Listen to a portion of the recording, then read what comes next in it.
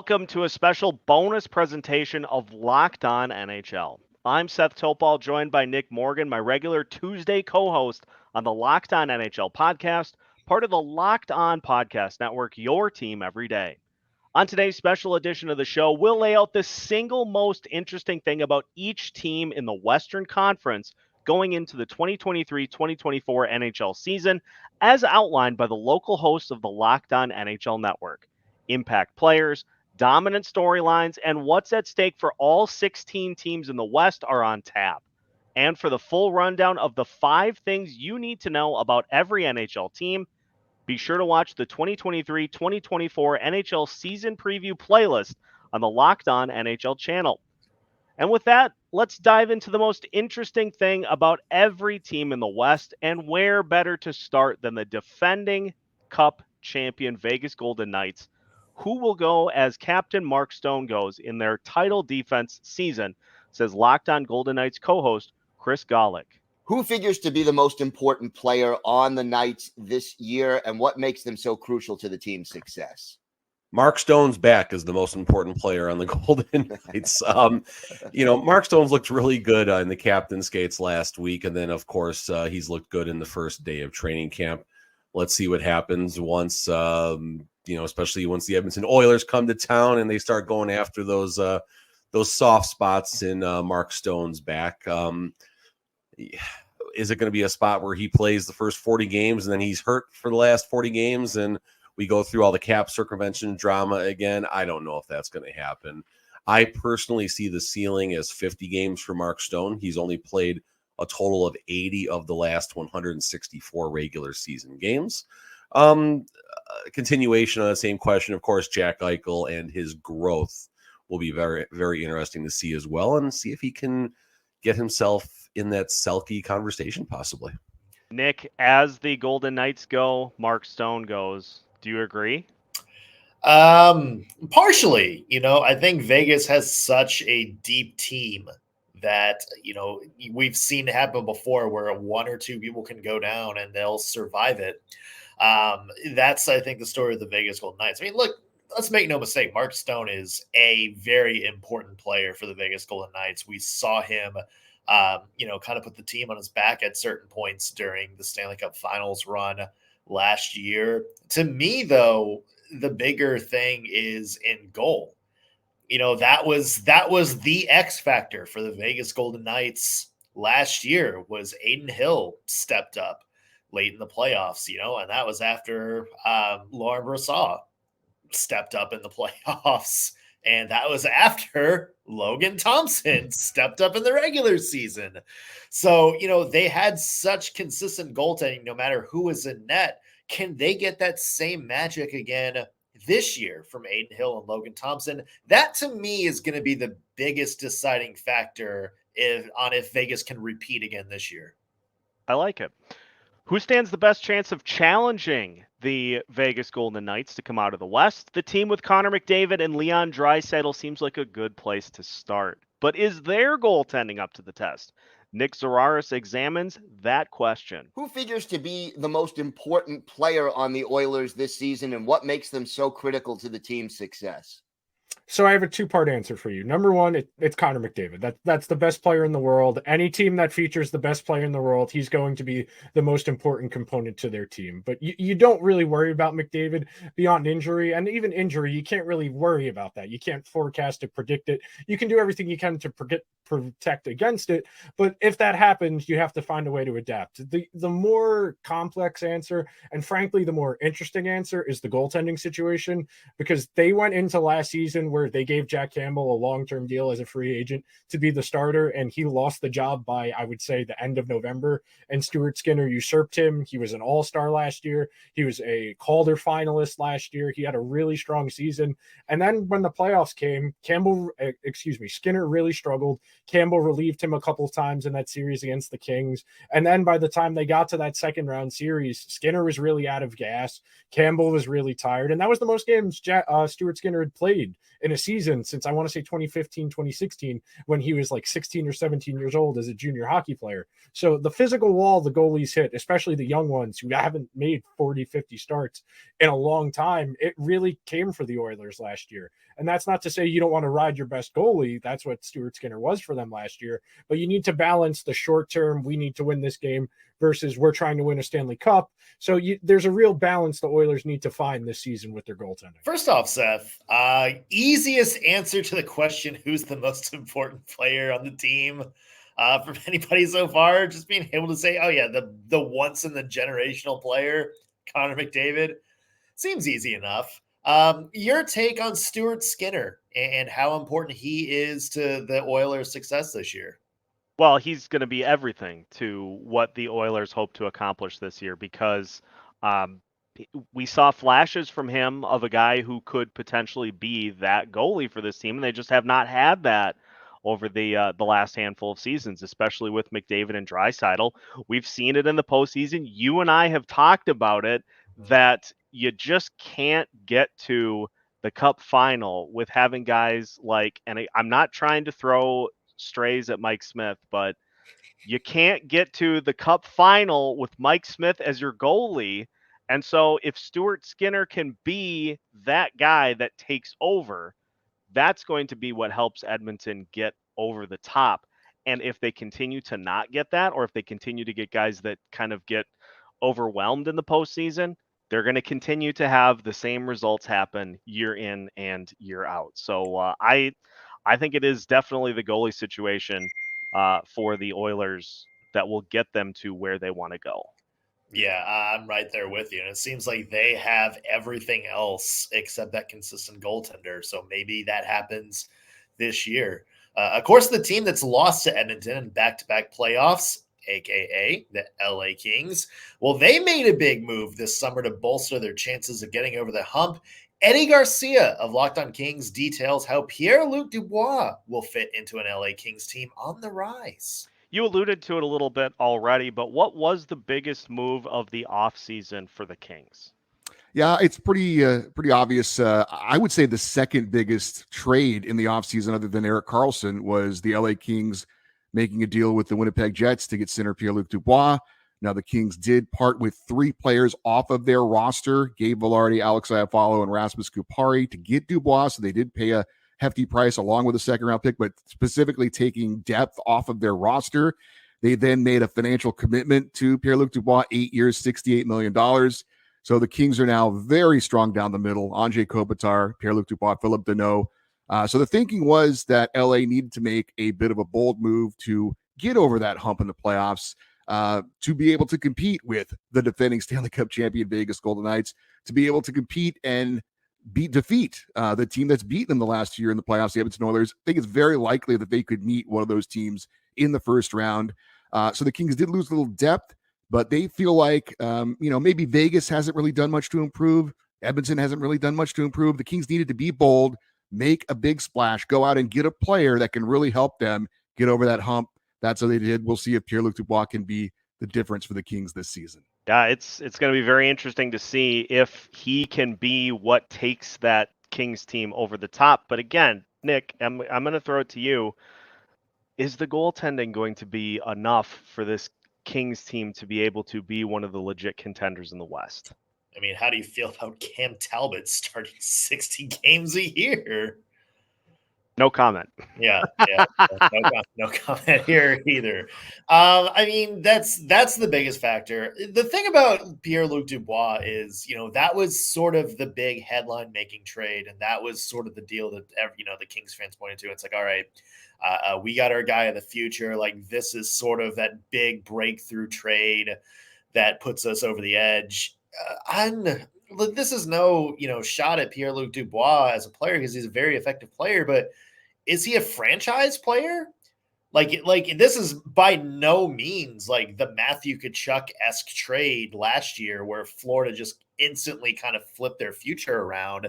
To me, Pierre-Luc Dubois is, a very good player, but I'm hesitant to say like this is the move that puts the Kings like over the top and puts them towards contention. They add a good player to their roster, I'm just not sure it's one that makes them, put them among like the Dallas and Vegas and Colorados in the West.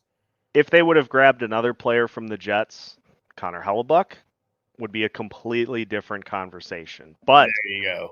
Speaking of one side of the contention window to the other, we move to the Chicago Blackhawks.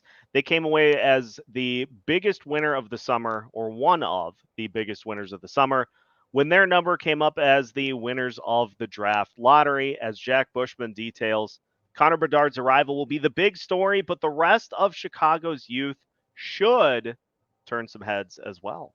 Jack, I know this is an obvious answer, but what's the biggest storyline surrounding your team heading into this season? Well, funny enough, Gildy, I'm going to give you a two-parter because the first one is so obvious. All eyes are going to be on Connor Bedard to see how he's going to fare against, grown men in the NHL speed. There's obviously been a ton of buzz and a ton of hype behind this kid, not only since he's been drafted, but for the last, year and a half now that he's really been on everyone's radar.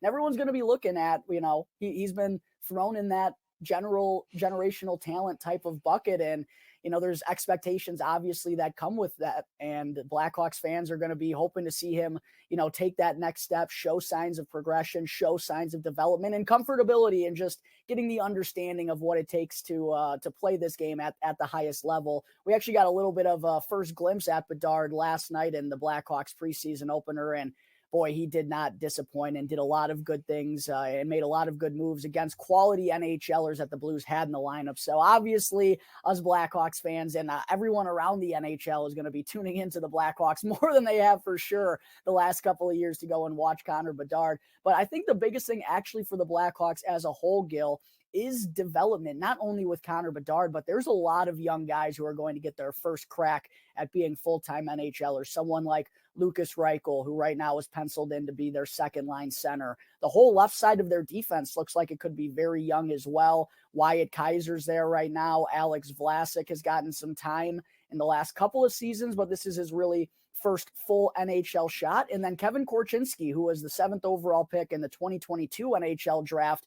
A big storyline in Blackhawks training camp is whether or not he's going to make the NHL roster. And if he does, that's going to make for a very young left side of the Blackhawks blue line. And there are a lot of young players on this team. So obviously it's very key for Connor Bedard to show signs of development as well. But I think the biggest storyline for the Blackhawks as a whole is development from their young players in general, not just Bedard. I want to back up Jack on something about Kevin Korchinski, because I got a chance to see that guy play a few games last year, and that is a really, really good skater on the blue line. And you watch some of him play, and it's not too far-fetched to think that he is Duncan Keith 2.0, in terms of that franchise kind of two-way defender for the Blackhawks. But yeah, as Jack mentioned, as Connor Bedard goes, that's going to be the storyline for the Chicago Blackhawks the next couple of years.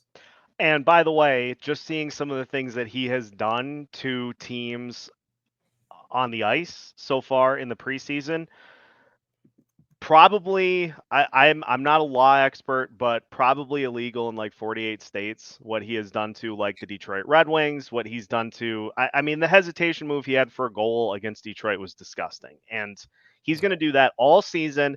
And I'm getting fired up because now he's going to be tormenting the Minnesota Wild for the next 10 to 15 years. After Patrick Kane and Jonathan Taves did that, it just never ends. We'll talk more about the Wilds coming up, as well as the Colorado Avalanche, Seattle Kraken. We've got plenty more. We're just getting started on today's season preview edition of the Locked On NHL podcast. More on the way after this. When you're drafting your fantasy team, do you ever wish you could do the same thing with your business team? If you're building a roster to win the league, you need Indeed. Indeed is the hiring platform where you can attract, interview, and hire all in one place. Don't spend hours on multiple job sites looking for candidates with the right skills when you can do it all with Indeed. Hate waiting? Indeed's U.S. data shows over 80% of Indeed employers find quality candidates whose resume on Indeed matches their job description the moment they sponsor a job. Indeed knows when you're growing your own business, you need to make every dollar count. That's why with Indeed, you only pay for quality applications that match your must-have job requirements. Visit Indeed.com/lockedon to start hiring now. Just go to Indeed.com/lockedon. Again, Indeed.com/lockedon. Terms and conditions apply. Cost per application pricing not available for everyone. Need to hire? You need Indeed. Welcome back to today's special season preview edition of the Locked On NHL podcast. Seth Toupal and Nick Morgan going through some of the biggest talkers heading into the NHL season. We move now to the Colorado Avalanche, who, and I completely forgot, that shows how much time has passed since, they won the Stanley Cup 2 seasons ago. And this past year fell to the Seattle Kraken in the first round of the playoffs. Can a revamped supporting cast help the talent-rich Avs get back to the top of the mountain? And which player needs to step up most to fill in for injured captain Gabriel Landeskog? Chris Maselli of Locked On Avs has more. Who figures to be the most important Avs player this season, and what makes them so crucial to the team's success? I have a feeling I know which way you're going here. Oh, I don't think you do. So, see, I'm going to throw you a curveball here because it's so easy. It's so easy to go with the stars, right? It was too easy for me to pick Cale Makar or Nathan McKinnon or even Mikko Rantanen. I'm going to go with Val Nichushkin. Val Nichushkin is a very, very important player for this team. And I think this year, especially because number one, like they're not going to have Gabe Landeskog, right? He is going to be out all year. There's grumblings about could he return for the playoffs? I'm not going to touch that right now. Okay. Like that's down the road. At least he's not going to be there for the regular season. Val Nichushkin needs to give the Avalanche what Gabe Landeskog does. And that is that grit. That is that almost like sandpaper-like player, mixes it up in front of the net. He's one of the best forecheckers in the league, easily the best forechecker for the Avalanche. So he will continue to do that, but he's going to need to really kind of like step up his game and be a little bit more durable. He hasn't played, like he's missed a handful of games the last few years, especially years he's been with the Avalanche.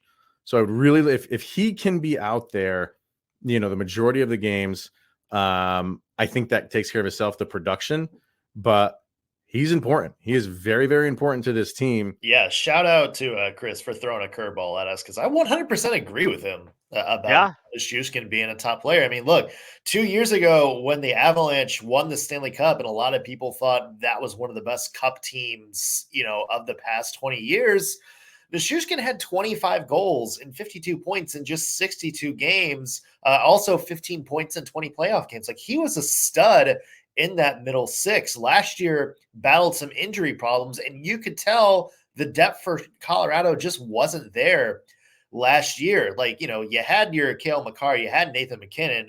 Those guys were doing what they do, Mikko Rantanen also, but they really missed having that second wave of players, the Nazem Kadri from a few years ago, the Andrei Burakovsky. Nichushkin was a big part of that group. And with the other two gone and Nichushkin being hurt, it just didn't seem like Colorado found that depth that they had when they won the Cup, Seth. Yeah, and you got to have those guys that can take over at various points of the season.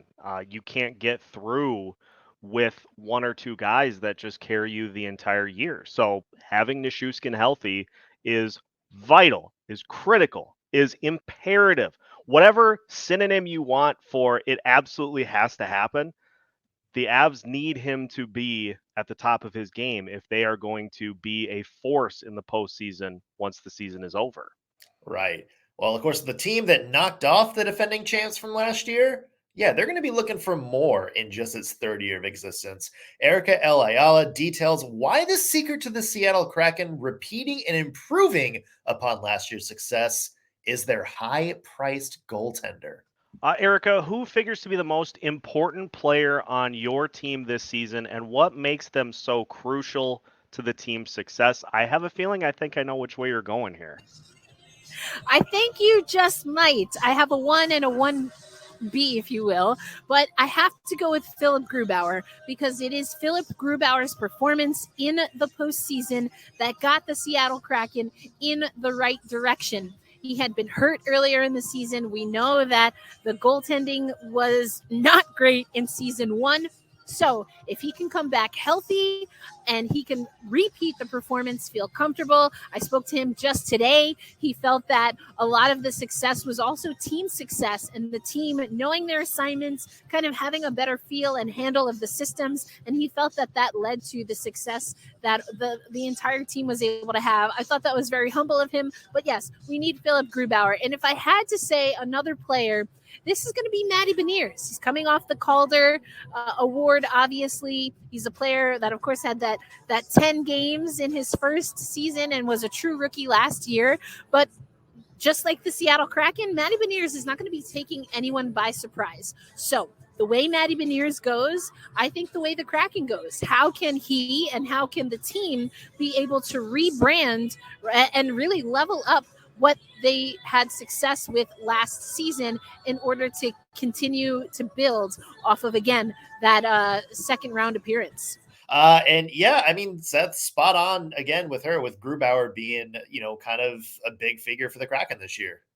Yeah, I mean, it's not an understatement to say that he is going to be the most important player to this team for their success. You look at what Seattle was able to accomplish last year. Their goalie rotation included Philip Grubauer, who struggled mightily at points throughout the season, and Martin Jones, who was able to somehow hoist the anchor on his shoulder and drag the team into the postseason. Grubauer looked really good in the playoffs against the Avs, and so he can build off of that into next season, because we saw a lot of players on the Kraken that had those career seasons. Can they replicate that? If not, then you're going to have a drop in goals, and then you need your goalies to give up fewer goals. It's simple math. I love simple math. And so if they can get some good goalie performances, especially from Grubauer, they're going to be A-okay. Yeah, and the big thing for the Kraken also is just the depth. Are they going to have as much depth as last year? 13 players, Seth, with 30 or more points last year. If they can replicate that again with that good goaltending, yeah, Seattle's going to be a team to watch. Yeah, unstoppable. Do you remember who lost the Western Conference Finals last year? In typical under-the-radar fashion, it was the Dallas Stars, who continue to be one of the more reliably good Western Conference teams and who made one of the savviest under-the-radar signings of the summer. Joey Erickson tells us why Matt Duchene could be a huge difference maker on a 1-year, $3 million contract. Sorry, Nick. Had to do it. Let's talk next about the team's most significant offseason move and why. We might have teased this a little bit, but want to hear from you, Joey. Yeah, I mean, Matt Duchene comes over, and of course, he's a bit past his prime. He's not what he once was, but he brings over high-end potential, and I think where he's going to make the most impact is going to be on the power play. 2 seasons ago, he scored, I believe it was 14 or 15 power play goals, and he's not going to be on this top power play unit for the Stars, and the Stars were top 5 in the power play percentage a season ago, but it was mainly the top unit that did most of the damage. And I think with adding a guy like Duchene, who has that potential, is going to make them extremely, extremely deadly. Also, he pairs in perfectly with Tyler Seguin and Mason Marchment, who was a line that Seguin and Marchment were pretty inseparable, and they just could never really find that third guy to go with them to complete the trio.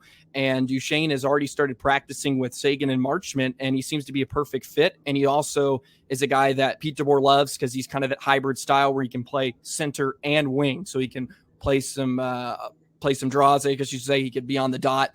And I think he's a depth piece that the Stars have been missing for years. Yeah, unfortunately for the Nashville Predators, they no longer get to have the impact of Matt Duchene on their roster, but Dallas certainly hoping that Duchene can give them a spark. It was a Stars team that got a ton of production from their top guys. That top line was outrageously good all season long, but what you need to have come postseason time, crunch time, you need to have other guys that can help you, and I think it's a no-brainer. Matt Duchene is a huge impact piece for this Dallas Stars team. 100%. I mean, Jack said he was past his prime, or Joey said he was past his prime. He had 86 points 2 years ago and led the Predators in goal scoring last year. So I wouldn't say he's that much past his prime. But the thing I think is going to benefit Matt Duchene is that he doesn't have to be the guy anymore. Nashville needed him to be the guy that scored 43 goals year in and year out if they wanted to have a chance to compete. Here in Dallas, he just has to be a good player, and that's what he is, a good player. Even if he just, scores 60 points, the next couple of years, that is exactly what Dallas needs from him. They don't need to have, another 100-point guy. They got Jason Robertson. They got Rupe Hintz.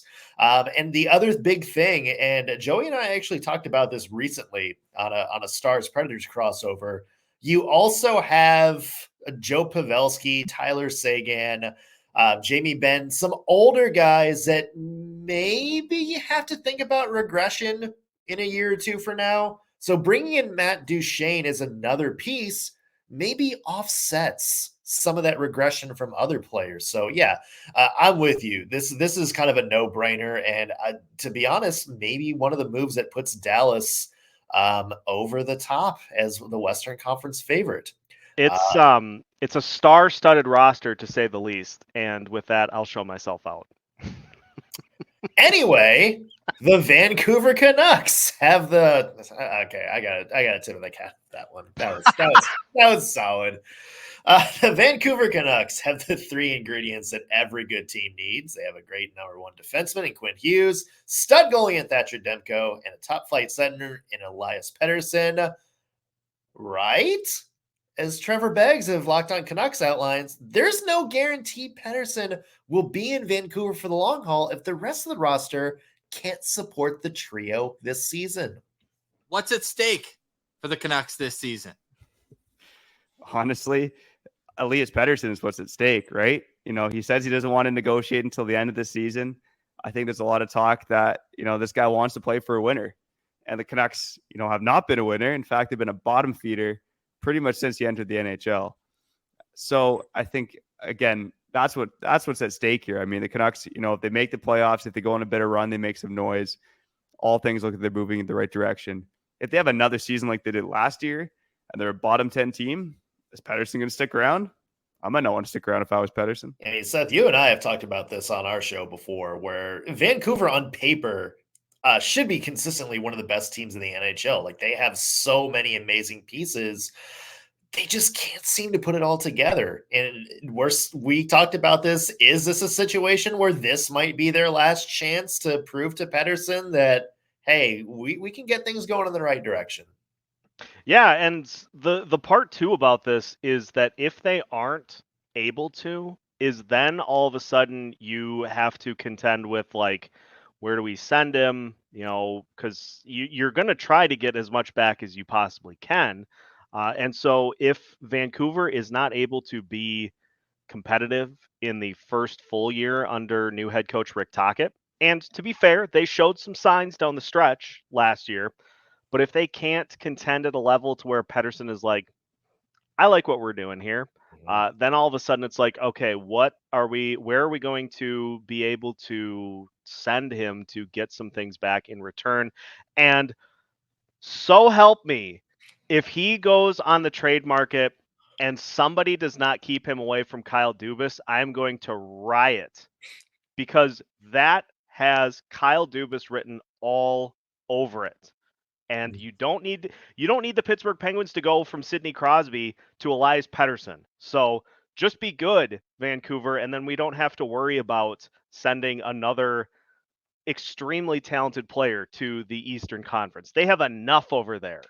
Yeah, I've already dealing with the Blackhawks going from Kane and Taves to Connor Bedard. Please don't make me be the other bane of Nashville's playoff existence. Go from Sidney Crosby and Evgeny Malkin to Elias Pettersson. Yeah, no, we don't need that to happen at all. And if I don't think Rick Tocchet will be on the hot seat per se if this season goes poorly, but an interesting name that could very much be on the hot seat is in St. Louis. The the Blues had a pretty bad season last year, and it could potentially lead to head coach Craig Berube being on the hot seat if they repeat it with a bad year again this year. Locked On Blues host Haley Simon has more on that. What would a successful season look like for the Blues this year, Haley, and what is at stake if that level of success is not achieved? Personally, I want to see them in the postseason, so maybe getting a wild card spot. Now, this is the competitive Central Division that the Blues are in, as you know. So I'm not too keen on that happening. But as long as the Blues honestly have over 40 wins, then that's fine for me. They had 38 last season. Not a lot has changed with St. Louis besides getting Kevin Hayes. So I'm not, and Oscar Sundqvist coming back. So I'm not really, like, oh, okay, this team is so different or not. So it's just getting over 40 wins, maybe trying to potentially get a wild card spot for the playoffs. And if the Blues don't achieve that, to answer the second part of your question, I could see head coach, and I love him so much, but I could see Craig Berube losing his job and some more change having to come into play. Yeah, I mean, and to add to what Haley said, even a bad start, like if the Blues get out to another bad start like they did last year, then that's another thing that I think we have to look at Craig Berube and say, like, okay, like how much is the goodwill from that cup win starting to wear off a little bit? And Seth, you and I mentioned it again. It feels like the Blues, the biggest thing that's going to determine where they finish this year is Mr. Punchy McGillicuddy himself, Jordan Binnington. Like, it's just, are they going to ever get the 2019 playoff Jordan Binnington again? Because that's been the biggest issue for the Blues the past couple of years as they've started to slide.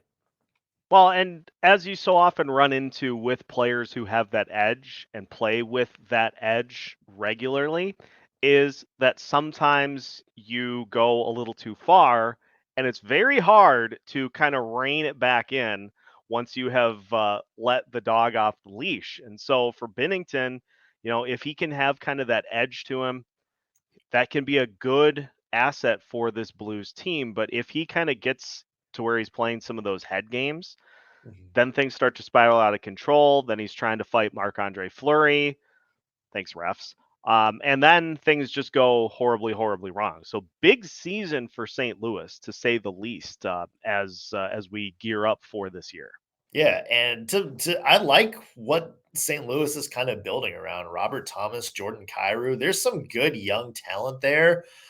Maybe somebody like Kevin Hayes comes in and is, a little bit of a veteran addition to kind of bolster that lineup. So we'll have to see what that is. I think the Blues are a team that, a lot of us are kind of expecting to see where they finish. We're not going to have to play that waiting game with the San Jose Sharks. They were very, very bad last season, but unlike the Blues, the Sharks were A-okay with being in the basement. In fact, if they're the worst team in the league, JD Young says, yep, good with that. I think we kind of know. But what is the biggest storyline surrounding your team in this upcoming season? I think it's going to be, is this the worst team in the NHL? And that's a very, very fair question, right? If you look at the roster, there is a lot more questions than answers on this roster. And as this team is going through its rebuild, right? And that's usually what happens when you go through rebuilds, is you're trying to kind of shift out the guys who are not going to be part of your future and look towards the future. And the Sharks are kind of in that process right now. Over the past 13 months, you've traded away Brent Burns, you've traded away Timo Meier, you've traded away Erik Karlsson, which I'm sure we'll talk about Erik Karlsson here in a second. But this team is kind of has its eye on the future, with a lot of their prospects kind of getting ready to start making an impact in the NHL. But it's still in that transition period of having a lot of kind of NHL caliber players on the roster as you wait for some of your younger guys to develop. And I think that is a recipe, with all the questions on the blue line, the questions in net with Capo Kakkonen and Mackenzie Blackwood. That is a recipe for this team to struggle to win games this season. And I fully embrace them being one of the worst teams in the NHL, and I'm excited for it. Poor, sweet, naive young child. Yeah, that is going to be a long road to get to the end of the season. But again, like Chicago did, this is important for San Jose to find that nucleus that they can build around and identify those players. Until you do that, you really can't move forward. And it's gonna be a lot of 5-1 losses. It's gonna be a lot of 4-0 losses. It's going to be a lot of losses.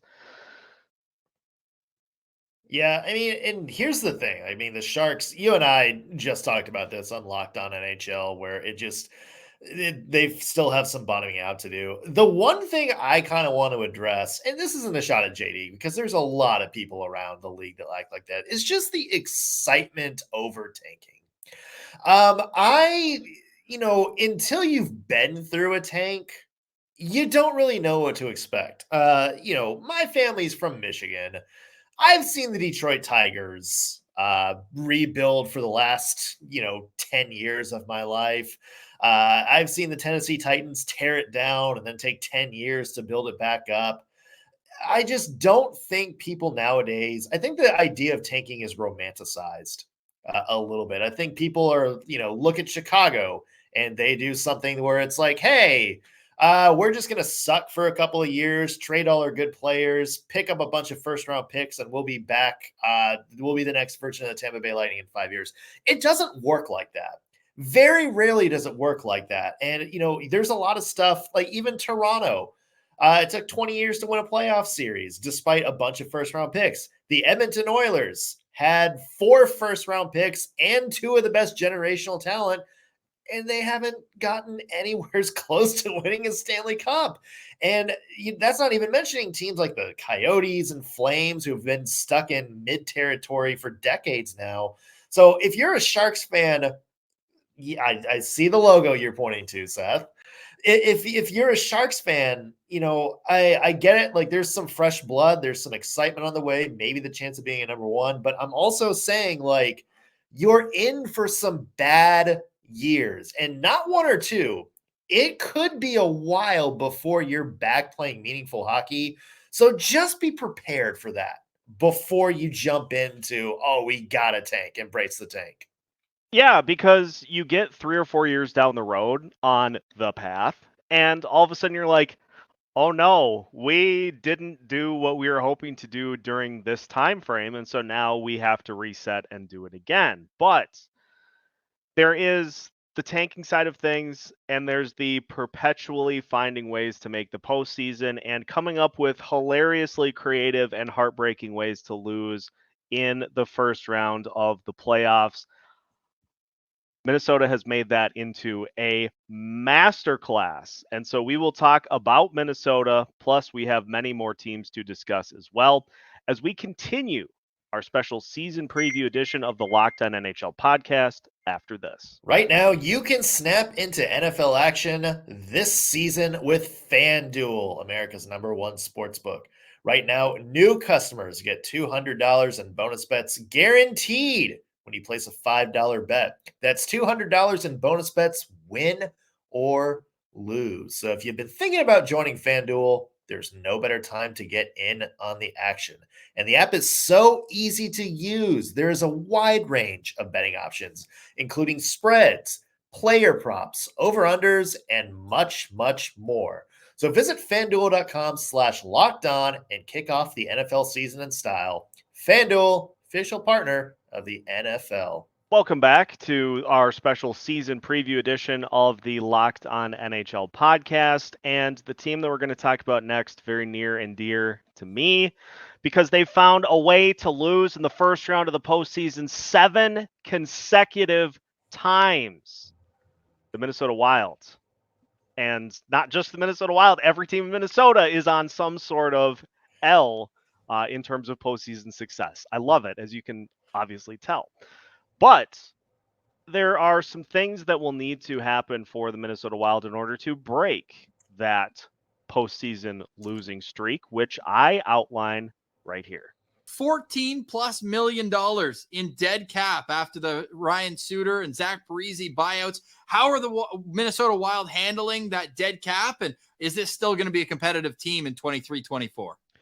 I think it will still be a team that is in the postseason conversation this year, but obviously having that much money that you can't spend, you get to a certain point, and like we saw last year against the Dallas Stars, how nice would it have been to have a couple of $7+ million guys in that top six, or, some other spot in the lineup?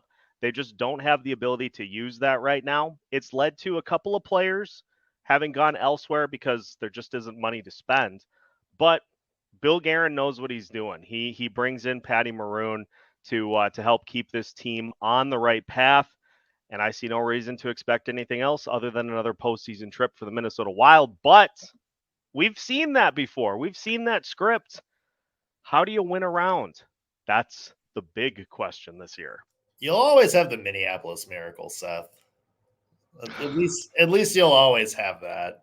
Yeah, and what came afterwards? That's not important. It was a fun play. Let me respond to Virtual You. The thing I like most about what the Wild are doing right now is the prospect pool. I believe it was Scott Wheeler who rated them number 1 in the entire NHL just a couple of months ago. Some bona fide superstars, coming through the pipeline, and some guys like Matthew Boldy who are already there, and Marco Rossi, who's, should hopefully take that next step with a injury-free season this year. So yeah, like the situation with the Suter and Parise cap hits, kind of suck. And truthfully, I do think that's handcuffed the Wild a little bit. But it's one of those things where if they can just not suck long enough to just get through that, there is a big light at the end of the tunnel. And by the time some of these prospects get in and start playing regular NHL minutes, the Wild are going to have a lot of cap space, not just to keep them locked up, but also to go out and aggressively get some complementary players to put around them. Yeah, the thing that you want to do is you want the prospects to enter the car as it's moving, as opposed to coming to a complete stop, putting it in park, letting everybody get in a normal fashion, and then going. So I hope that analogy makes sense. But the Calgary Flames took a huge step back, as we have talked about on the Locked On NHL podcast many times over the offseason. And so there are big expectations on Calgary to get back to the level that they were previously at. But as host of Locked On Flames, Jess Belmosto says, the play of high-priced forwards Nazem Kadri and Jonathan Huberdeau, while important, is nowhere near as crucial as the Flames' ability to manage the load of their high-priced goalie. Who figures to be the most important player on the Flames this year, and what makes them so crucial to the team's success? I think Jonathan Huberdeau is obviously kind of the most obvious answer, because obviously his contract extension kicks in $10.5 million this year. But I'm really going with Jacob Markstrom. He has to bounce back as well. He did not have a good season last year. He regressed to, I think, his career worst numbers. He wasn't all there, and I'm hoping that having a coach that won't play these psychological warfare games with him in the locker room will bring back that confidence, and he'll be locked in. Was the subtraction of Daryl Sutter, Nick, enough to get Jacob Markstrom back on track? Yeah, I mean, that was sort of the $1 million question is that really a confidence issue, or is that Jacob Markstrom maybe just showing some inconsistency? Because he also, keep in mind, a year before his 2022 campaign where he had 9 shutouts, struggled a little bit in 2021 as well. So, that's kind of the $1 million question. Was that really sort of a confidence issue, and Daryl Sutter just, throwing the Dan Vladar anvil at him anytime he had a bad game? Or was this Jacob Markstrom maybe starting to show some inconsistency later on? That's a big question. You can say the exact same thing about Nazem Kadri as well, and about Jonathan Huberdeau. Not good seasons at all last year, or at least not at the level that I think Flames fans were kind of hoping to see from them. So I think that's going to be the $1 million question for the Flames is, who did you bring over when you brought those two players? Did you bring the players from, a couple of years ago, and maybe last year was just sort of, a lot of things going wrong in the Calgary locker room and they started to struggle a little bit? Or did you bring some players in that were maybe a little bit past their prime, and now the Flames have to deal with the consequences? That's going to determine the Flames' future moving forward. Yeah, and speaking of determining the future, a little further east, the Winnipeg Jets are staring down a pivotal season of their own, one that Locked On Jets host Harrison Lee says could be the last for a couple of hugely important core Jets pieces. What would you say is the biggest storyline surrounding the Jets entering this new season? I think anyone who thinks about the Jets probably thinks of Hellebuyck and Scheifele. Two of your franchise cornerstones that right now the Jets don't really seem to have a clear idea of what their plans are, and they don't seem to have the clearest idea. We can certainly speculate, but I think it's tough to know for sure. And I think with all of that uncertainty for not only the near term and present, but also for the future, this season is kind of like one last big hurrah. It feels like if this is kind of the end of Winnipeg with Scheifele and Hellebuyck, I just hope that they make the most of it, because they've put a lot into this team over the years, and it's been a tough one to see them kind of fall out of it. But this is one last chance to really go for it if that is indeed the end. I want to ask you right off the bat, Seth, were you surprised that Hellebuyck wasn't moved this year? I was, because I felt like the Los Angeles Kings were the logical suitor for his services. And now you're kind of running the risk of getting backed up against the wall at the trade deadline when teams know that you are probably not going to re-sign him. And so it's either let him go for nothing or take deals that will probably be a little less than you could have gotten in the offseason. So it's going to be interesting to see how it works out for the Winnipeg Jets, who, much like the Chicago Bulls, are probably facing one last ride of their own. Yeah. And it's interesting to see what they do in this offseason. I think it's something, on a smaller scale from Vancouver, where I think how this season goes determines what the next step is for the Winnipeg Jets. Because, if this is another season where they're just kind of middle of the pack, not really improving, not really regressing either, then I think you're going to see a lot of these familiar faces, maybe exit town one way or another, not unlike what has happened to my beloved Nashville Predators. The Preds were one of the offseason's busier teams, and they're hoping the veteran additions of Ryan O'Reilly, Luke Schenn, Gustav Nyquist can help supplement a roster loaded with unproven young talent. So here is my partner in crime, Ann Kimmel, on the addition of Ryan O'Reilly. What would you say was the most significant offseason move the Preds made, and why? Well, two things were pretty significant that the Preds did this offseason. One is who they got rid of. The Nashville Predators moved what they often refer to as the unmovable $8 million contracts of Ryan Johansson. They bought out Matt Duchene as well. So two veterans are no longer on the team. The big signing that they brought in was veteran Ryan O'Reilly. And Barry Trotz felt really strongly about bringing in Ryan O'Reilly, not just for what he brings on ice, but what he brings with his experience and what he brings to the locker room. This is a Stanley Cup champion. He has won the Conn Smythe, the Selke, and he really believes that Ryan O'Reilly could be an important part of this Nashville core, setting kind of a new vibe in the locker room and really setting some new work habits for a team that's going to be young.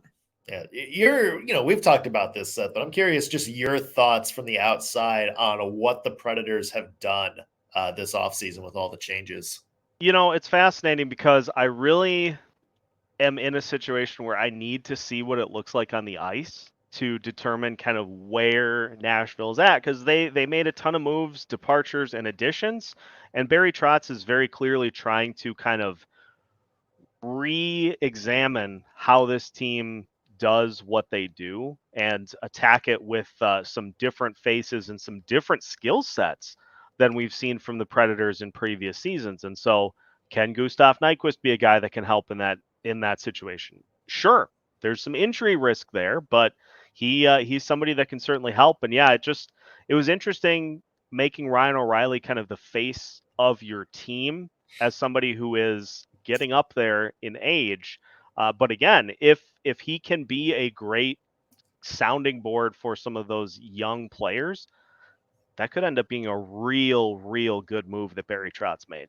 I'm also going to throw out that the Predators are never out of the playoff conversation when number 74 UC Saros is in goal. So, I mean, it's going to be interesting for the Preds for sure.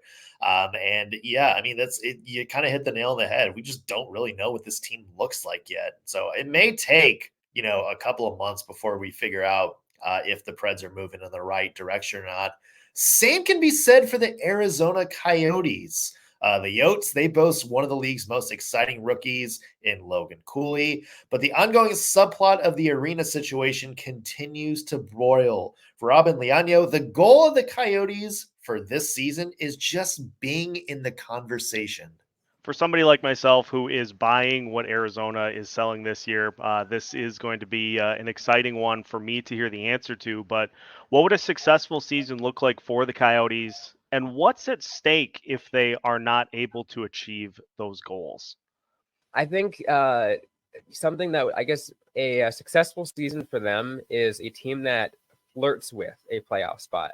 Like they'll spend maybe some time in like January or February. They kind of they're like maybe on the outside looking in, or maybe they're on the inside looking out of a playoff spot.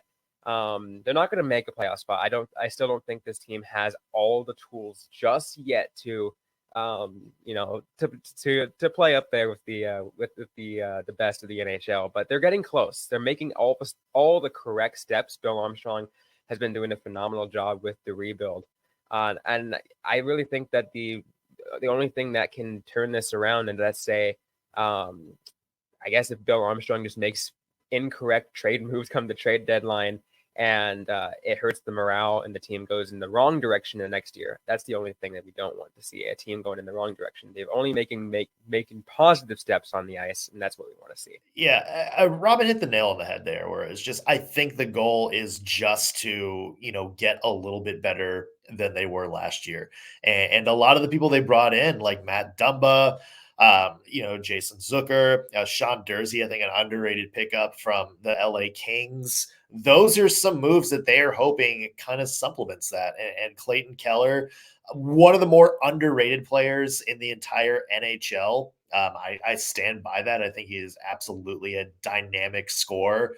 Somebody that if he was playing on, Toronto or New York or New Jersey, we'd be talking about him as, a top player in this entire league. They have some tools, especially with Logan Cooley coming up, to be a really good team down the road. I agree. I don't think it's going to happen this year, Seth, but you got to like what they're doing. Yeah, I just like the mix that they're putting together. And we talked about this on the Locked On NHL podcast as well. It feels like they got the right fitted coach. Feels like they got the right fits in the front office to lead this team. They're building clearly defining their core. And so now it becomes just putting some veterans. You're making a batch of chili or some soup, whatever fits your fancy. You've got the base established. You've put in all the key ingredients, and now you're just adding little bits of seasoning to try to make it taste just right. And we'll see if the Arizona Coyotes have created that wonderful blend, or if they end up putting in too much, or if it ends up just getting burnt. You just hope ownership is not Kevin Malone right now. Well played. Played. And last but not least, we hit the Anaheim Ducks, who were historically bad last season, giving up more shots on goal than any team in NHL history over a full season. As Jason Hernandez details, their loaded prospect group is going to be tasked to turn things around under new head coach Greg Cronin, with one young forward likely to have a touch more importance than the rest. Who figures to be the most important player on the Ducks this year, and what makes him so crucial to the team's success? That's an excellent question, Gil. Thank you for that. I would say there's a couple players that are going to be very important. I've mentioned Troy Terry before, who really knows how to put the puck in play. But someone else that I think is going to be very important for this team, another young up-and-comer that I think could see some major minutes, Mason McTavish. Last season, in his age 20, let me remind you, age 20 season, he was fourth in the team in points. He's already assured himself a top role on this Ducks team. And we're already seeing, especially some of the latter games, we're seeing the type of top 6 quality player that the Ducks got. Don't forget, Mason McTavish was a lottery pick not that long ago. And we're already seeing the dividends. McTavish has that big body of his, so he can muscle his way in there if he has to. And also someone that gets into the dirty areas. I'm a big believer in having someone pound the net, get in front of the crease, disturb opposing goaltenders. You always need those, I don't want to say the term grease guy, but you need someone that is not going to be afraid to get in there. Anaheim Ducks are going to ride their young players to try to get out of the muck this season. And, you know, it's a fun group. Troy Terry, Mason McTavish, Trevor Zegras. It's a fun group. It's just, you know, as we said, you give up the most shots on goal in NHL history through the course of an entire season. Like, you got to at some point start to add, you got to capitalize the D in Ducks to also capitalize the D in defense. Yeah, and that's number one. You know, first off, you're really proud of that, aren't you? I don't even know what it means. Yeah, it sounds great though. You know, the other thing is Trevor Zegras just accepted a very, very team-friendly deal. So he's back in the fold now. He's obviously going to be the focal point of the team, I think, the next couple of seasons. It's an interesting end to that saga, but Zegras coming back really helps the Ducks. Maybe they take a step forward this year as well. Yeah, we will certainly find out. That does it for this special presentation of Locked On NHL. For more on every team in the West ahead of the new NHL season, be sure to tune in to the local Locked On podcast covering your team the way only our local experts can all throughout the season. The Locked On Podcast Network, we are your team every day.